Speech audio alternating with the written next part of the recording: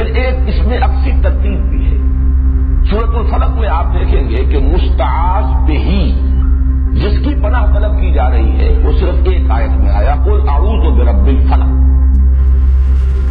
جبکہ مستعاذ منہ ہو اس کے لیے 4 آیتیں ہیں، اور شر کے لفظ کی گردان اب شروع ہوئی ہے، من شر ما خلق ومن شر غاسق اذا وقب ومن شر النفاثات فی العقد ومن شر حاسد اذا حسد۔ اس کے برعکس ریسیپروکل نسبت ہے، یہ عکسی ترتیب ہے۔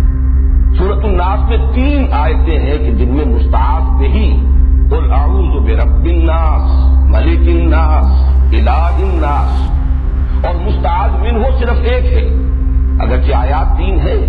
لیکن شر کا لفظ ایک ہی مرتبہ آیا ہے، من شر الوسواس الخناس الذی یوسوس فی صدور الناس من الجنۃ والناس۔ آخری 2 آیتیں اسی کی تشریح پر مشتمل ہیں، ورنہ مستعاذ منہ صرف ایک ہے، مستعاذ بہ اگرچہ ذات باری تعالیٰ اپنی جگہ پر تو اکیلی ہے، تنہا ہے، قل هو اللہ احد، لیکن اس کے ساتھ انسانوں کی 3 نسبتیں نمایاں کی گئی، قل اعوذ برب الناس ملک الناس الہ الناس۔ اس کے بعد مستعاذ من صرف ایک آیت پر مشتمل یا ایک شر ہے۔ یہ ہے وہ ریسیپروکل نسبت جو عام طور پر قرآن حکیم کی جو صورتیں جوڑوں کی شکل میں ہوتی ہیں ان کے مضامین میں بالعموم پائی جاتی ہیں۔ اس کے ضمن میں ایک بہت ہی حسین نکتہ ہے جو امام راضی نے بیان کیا ہے کہ واقعہ یہ ہے کہ انسان پر جو مصائب یا جو شرور اثر انداز ہوتے ہیں خارج سے، اس کا سارا اثر انسان کے جسم اور جان پر ظاہر ہوتا ہے، جبکہ انسان پر جو شیطان کی وسوسہ اندازی کا اثر ہے وہ در حقیقت اس کے دین و ایمان پر ڈاکہ ڈالتا ہے۔ لہذا مستعاذ بہ جو ہے اس کے ساتھ بہت زیادہ تعلق کی ضرورت ہے، یہ کہ شیطان کا یہ وسوسہ جو انسان کے دین و ایمان کے لیے خطرہ ہے، اس کے لیے جب پناہ طلب کرنے کی تلقین کی گئی تو قل اعوذ برب الناس ملک الناس الہ الناس، اس میں یہ تکرار میں جو زور ہے وہ واقعتاً ادھر اشارہ کر رہا ہے کہ یہ ہے اصل جو مصیبت ہے، اور یہی وجہ ہے اور یہ توازن ہے بڑا حسین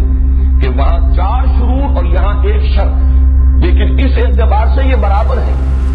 کہ وہ جتنے مضرتیں ہیں وہ انسان کے جسم و جان پر کسی مصیبت یا تکلیف کی شکل میں اثر انداز ہوتی ہیں، جبکہ یہ مصیبت جو ہے اس کے دین و ایمان پر ڈاکہ ڈالنے والی ہے، جس سے کہ اس کی ابدی زندگی جو ہے حیات اخروی اسے خطرہ لاحق ہوتی ہے۔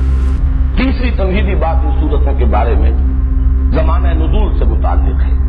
اگرچہ سلف میں بھی رائے موجود ہے کہ یہ دونوں صورتیں مکی ہیں، اور ہمارے اس دور کے مفسرین میں سے مولانا مودودی صاحب نے بھی اس رائے کو قبول کیا ہے، لیکن اکثر مفسرین اس پر اجماع ہے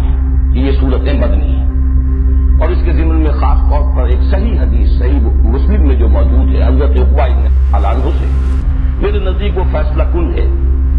اس لیے کہ ان کا قول یہ موجود ہے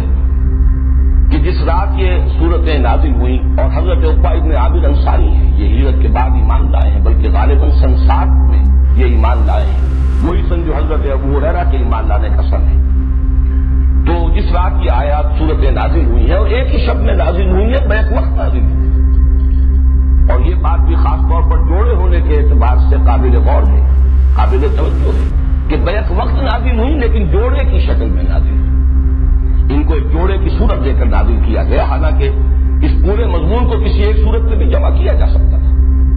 تو صبح کے وقت حضور نے فرمایا حضرت عقبہ بن عامر سے رضی اللہ تعالیٰ عنہ کہ کیا تم نے دیکھا آج جو مجھ پر آیات نازل ہوئی ہیں، الفاظ نے حضور کے الم تری آیات انزلت اللیلۃ لم یری مثلہن، ویسی آیات اس سے پہلے کبھی نہیں دیکھی گئی، اور حضور کا یہ معمول بھی ہمارے علم میں ہے کہ آپ اس سے پہلے مختلف آپ سے دعائیں منقول ہیں تعوذ کی، مختلف الفاظ میں آپ اللہ تعالیٰ کی پناہ طلب کیا کرتے تھے مختلف آفات سے، لیکن جب یہ صورتیں نازل ہو گئی تو پھر آپ نے اپنی بقیہ تمام دعاؤں کو ترک کر کے صرف انہی دونوں صورتوں کو اب معمول بہی بنا لیا، انہی کے ذریعے سے تعوذ، اس لیے کہ اب یہ جامع ترین کلمات ہے، لم یری مثلہن، ان جیسی تو آیات دیکھی ہی نہیں گئی۔ پھر یہ کہ ثانوی طور پر اس چیز کو تقویت پہنچاتی ہے یہ بات بھی کہ حضور صلی اللہ علیہ وسلم پر جو جادو کیا گیا،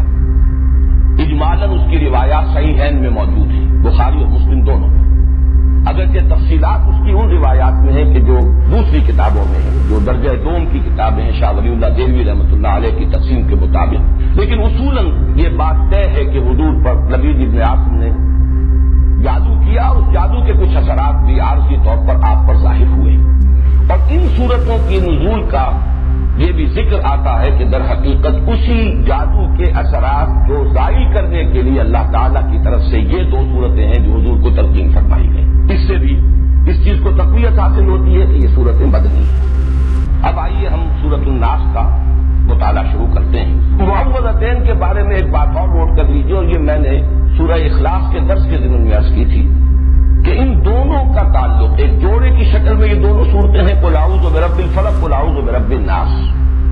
اور دونوں کا ایک بڑا معنوی اور گہرا ربط ہے سورہ اخلاص کے ساتھ، اور سورہ اخلاص کے ساتھ یہ جڑی ہوئی ہے لفظ الصمد کے حوالے سے۔ قل هو اللہ احد اللہ الصمد، اور صمد کے لفظ کے اگرچہ بہت سے معنی بیان ہوئے ہیں، مختلف تعبیرات کی گئی ہیں، لیکن جس چیز پر کہ تقریباً اجماع ہے، صمد وہ ہستی ہے جس کی طرف رجوع کیا جائے پناہ کے لیے، مدد کے لیے، جس کی پناہ حاصل کی جائے، جس کی پشت پناہی چاہی جائے،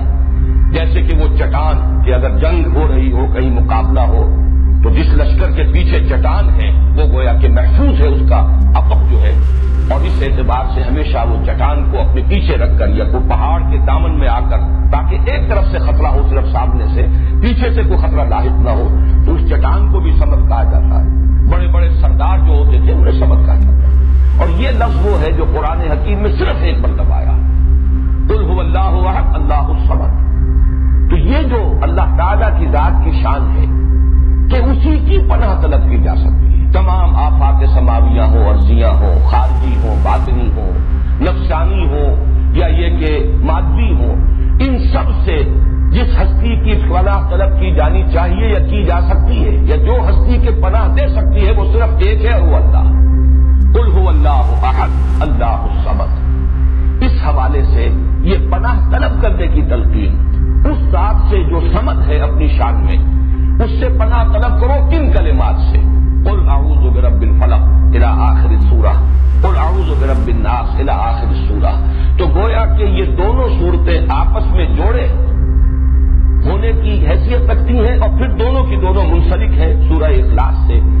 اور اس کے خاص طور پر لفظ الصمد سے۔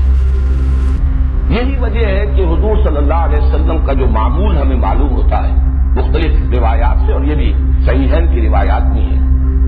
کہ آپ رات کو سونے سے قبل اپنی دونوں ہتھیلیوں کو جوڑ لیتے تھے، اور ان پر یہ 3 صورتیں آپ تلاوت کر کے پھونکتے تھے، سورہ اخلاص اور معوذتین، اور پھر اپنے دونوں ہاتھوں کو جسم پر پھیر لیتے تھے جہاں جہاں تک بھی وہ ہاتھ پہنچ سکے۔ اور یہ آپ کا ایسا مستقل معمول تھا کہ نبی اکرم صلی اللہ علیہ وسلم جب بیمار ہوئے مرض وفات میں، اور جب آپ کی نقاہت بہت بڑھ گئی، پھر یہی عمل حضرت عائشہ کرتی رہی رضی اللہ تعالیٰ عنہ، حضور کے ہاتھ اپنے ہاتھ میں لے کر اور اس پر وہ پڑھ کر پھونکا، اور پھر حضور کے ہاتھوں کو اپنے ہاتھوں کے ذریعے سے ہاتھ پکڑ کر حضور کا، اور وہ آپ کے پورے جسم پر جیسے آپ کا معمول تھا آپ پھینکتی تھی۔ اس میں یہ تینوں صورتیں حضور نے جمع کی، اور بعض روایات میں لفظ بھی آتا ہے معوذات، یہ تینوں مل کر بھی در حقیقت ایک مضمون کی چونکہ تکمیل کر رہی ہیں۔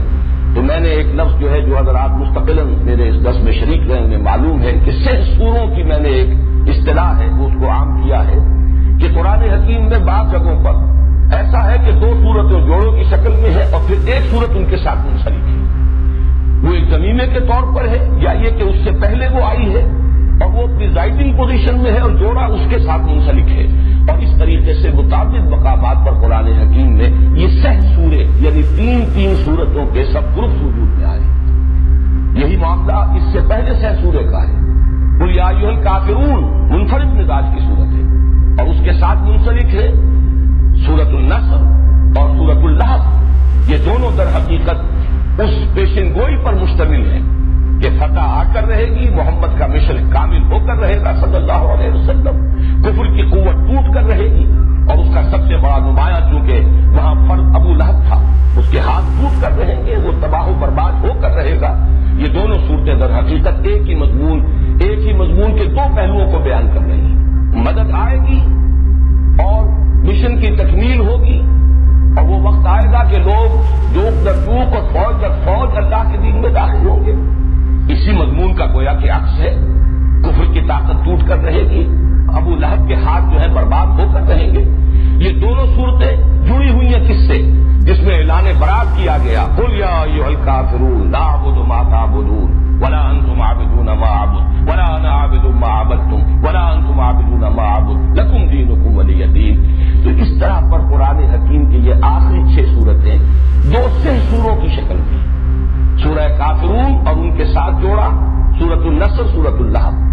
سورہ اخلاص اور اس کے ساتھ جوڑا معوذتین. اور اسی سے بات سمجھ میں آئے گی کہ ان دونوں سے سوروں کے جو ابتدائی صورتیں ہیں، جو پریزائڈنگ پوزیشن میں ہیں دونوں سے سوروں میں، ان کے درمیان بڑا گہرا ربط ہے. میں نے مثال بھی دی تھی، آج بھی عرض کر رہا ہوں کہ اگر 2 ٹرائنگلز آپ بنائیں اپنے سامنے ہی کاغذ پر، جن میں سے ایک کے اوپر سورہ کافرون اور نیچے کے دونوں زاویے جہاں ہیں وہاں سورۃ النصر اور سورۃ اللہب، اور دوسرے ٹرائنگل کے اوپر سورہ اخلاص اور نیچے سورہ فلق اور سورۃ الناس. اب آپ دیکھیں گے کہ یہ دونوں جو ٹاپ پر ہیں سورہ کافرون اور سورہ اخلاص، یہ ایک دوسرے کے قریب آ جائیں گی. ان کا براہ راست ایک ربط و تعلق ہوگا، اور یہی ربط و تعلق ہمارے سامنے آتا ہے حضور کے معمولات میں. فجر کی 2 سنتوں میں سورہ کافرون اور سورہ اخلاص،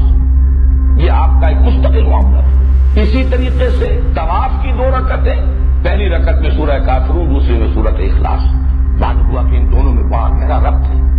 پھر یہ کہ سورہ اخلاص کو جہاں کہا گیا ثلث قرآن کہ یہ 1/3 قرآن کے مساوی ہے،